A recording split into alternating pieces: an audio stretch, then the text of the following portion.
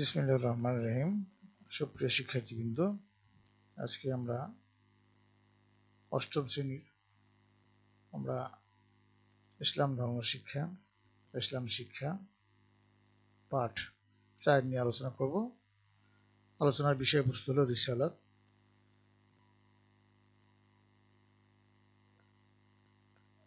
আকাইদের বিষয়সমূহের মধ্যে রিসালাত অত্যন্ত গুরুত্বপূর্ণ। তাওহীদের পরেই আসে রিসালাত। রিসালাত অর্থ হল সংবাদ বহন, খবর বা চিঠি পৌঁছানো। ইসলামী পরিভাষায় আল্লাহ তাআলার বাণী, আদেশ, নিষেধ মানুষের নিকট পৌঁছানোকে রিসালাত বলে। যারা এই সংবাদ পৌঁছানোর কাজ করেন তারা হলেন নবী রসুল।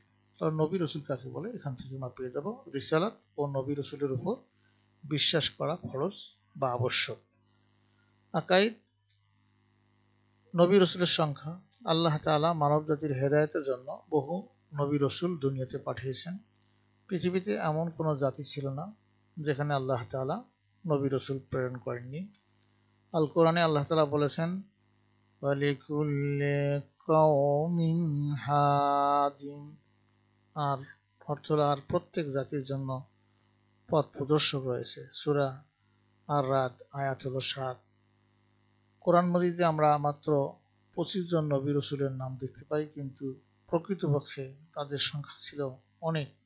আল্লাহ তাআলা বলেন, বিসমিল্লাহির রহমানির রহিম, وَرُسُلًا قَدْ قَصَصْنَاهُمْ عَلَيْكَ مِنْ قَبْلُ وَرُسُلًا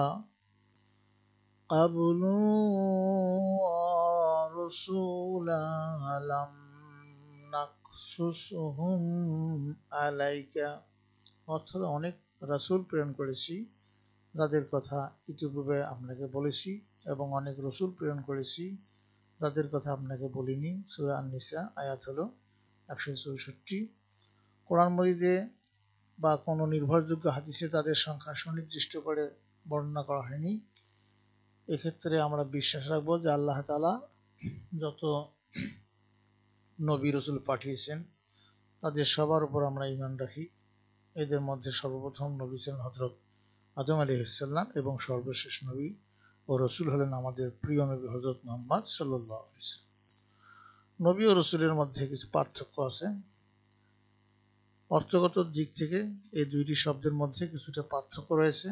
আল্লাহ তাআলা যাদের প্রতি আসমানি কিতাব নাযিল করেছেন কিংবা নতুন শরীয়ত প্রদান করেছেন তারা হলেন রসুল।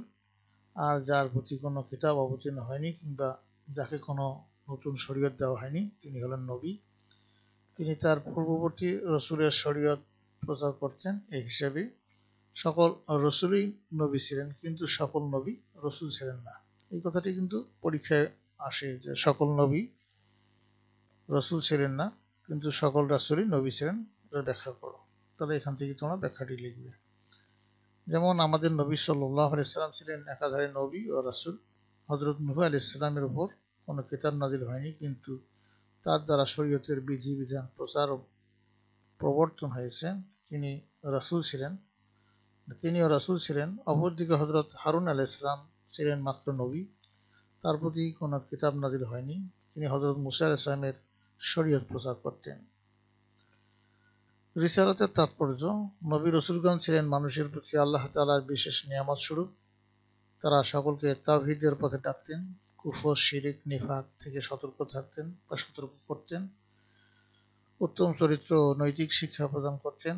নবীগণের দাওয়াতের মূল কথা আল্লাহর একত্ববাদ এবং তার বিধিবিধান প্রচার করা। এই সম্পর্কে আল্লাহর কোরআনে বর্ণিত হয়েছে। বিসমিল্লাহির রহমানির রহিম, ইয়া ইউবুদুল্লাহা মা লাকুম মিন ইলাহিন গায়রুহু। অর্থ হল, হে আমার সম্প্রদায়, তোমরা আল্লাহর ইবাদত করো, তিনি ব্যতীত তোমাদের কোনো ইলাহ নেই। সূরা আল আরাফ আয়াত হল 73। নবী ও রাসূলগণের দায়িত্বকেই বলা হয় রিসালাত। এই রিসালাতের মর্ম বর্ণনা করে মহান আল্লাহ তাআলা বলেন, বিসমিল্লাহির রহমানির রহিম, লাকাদ বা'আসনা ফি কুল্লি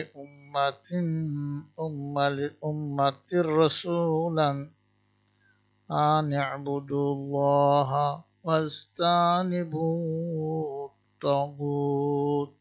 অর্থাৎ যে আল্লাহর ইবাদত করার ও তাগুতকে বর্জন করার নির্দেশ দেওয়ার জন্য আমি তো প্রত্যেক জাতির মধ্যে রসুল পাঠিয়েছি। সূরা আন-নাহল আয়াত হলো 36। নবী ও রসুলগণ আল্লাহ তাআলার দেওয়া এই দায়িত্ব যথাযথভাবে পালন করেন। তারা যাদের আনুগত্য অনুসরণ করেছে তারা সফলকাম হয়েছে। আমরা জীবনের প্রতিটি ক্ষেত্রে প্রিয় নবী সাল্লাল্লাহু আলাইহি ওয়াসাল্লামের আনিত বিধান অনুসরণ করব, তাহলে আমরাও সফলকাম হব।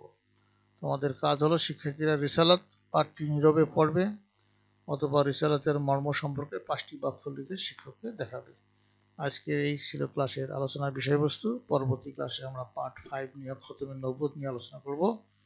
তো তোমাদের সর্বাঙ্গীন মঙ্গল ও সুস্বাস্থ্য কামনা করে আজকে এখানে বিদায় নিচ্ছি। আল্লাহ হাফিজ।